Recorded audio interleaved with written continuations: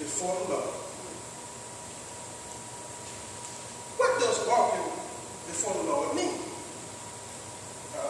There are 2 or 3 expressions in the Old Testament and New Testament about this walking. We read about walking with God and walking before God and walking after God. And while they all have something in common, each of them looks at the same idea from a different angle. Walking with God is communion, fellowship, and companionship. Thou hast been my help. Leave me not, neither forsake me, O God of my salvation. That's Psalm 27:9. Walking after God implies guidance.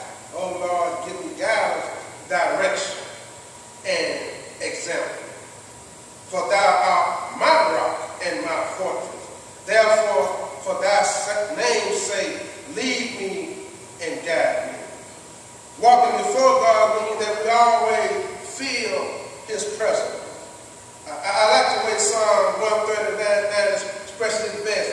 If I take the wings of the morning and fly into the uttermost part of the sea, thou art there. I like to read that again. If I take the wings of the morning and fly into the uttermost parts of the sea, thou art there.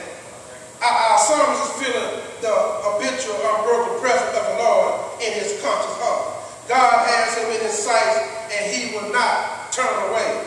I heard one man say he thought it meant that we walk in front of God because God has our back. How can a God who is everywhere confine himself to our rear?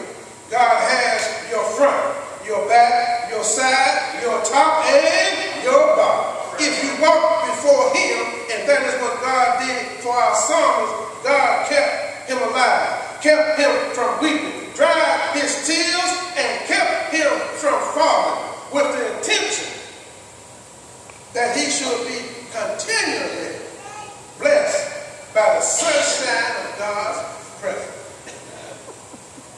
How different our lives would be if we lived by the same firm resolve.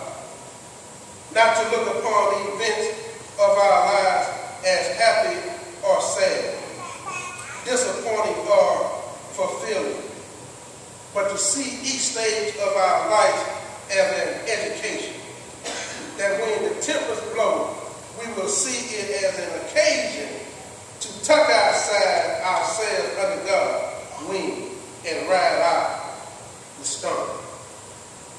Our firm resolve must be not just to run to God through a crisis, but to seek him in all things.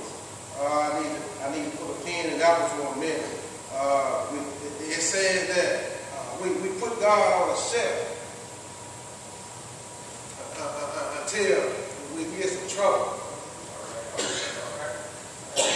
Somebody once said, even the atheists, those who don't believe in God, you turn up the heat up and they'll scream, oh God. But it says that we just can't turn to him through a crisis. You know when the people turn off the gas and light, and the sheriff comes there and start setting the clothes out on the sidewalk,